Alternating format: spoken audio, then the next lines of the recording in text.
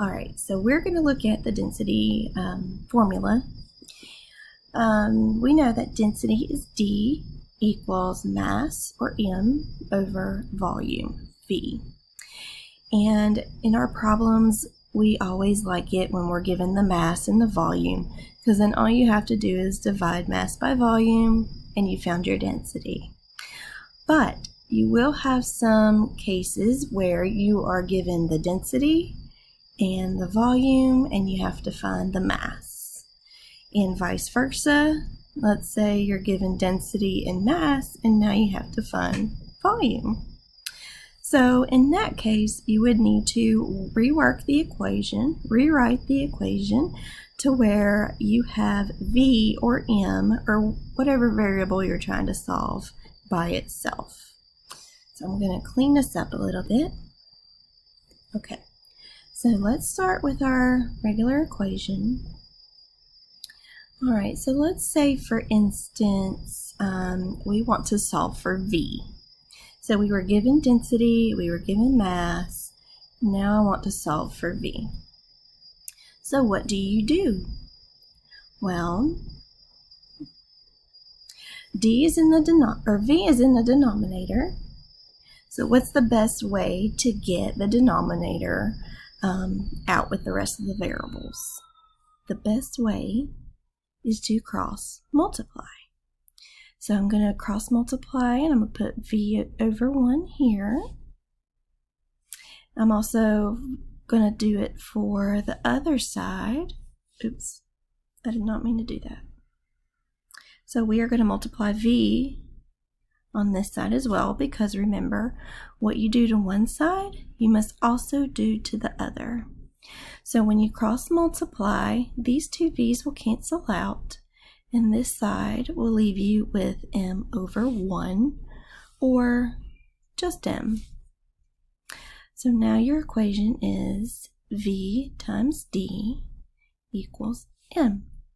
I'm still not happy though, because my V is not by itself. So when you have two variables being multiplied together, you can still isolate one of those variables by dividing. So I am going to divide this side by D, because D is the variable I want to move over. And what you do to one side, you must also do to the other side. So I'm going to divide my M by D as well. And then when you cross multiply, your D's are going to cancel. And now you are left with your equation, V equals M over D.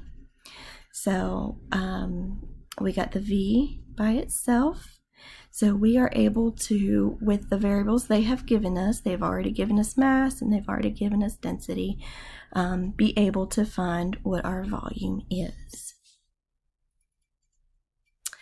All right, so now let's say they've given us our density, they've given us our volume, and now we're looking for our mass.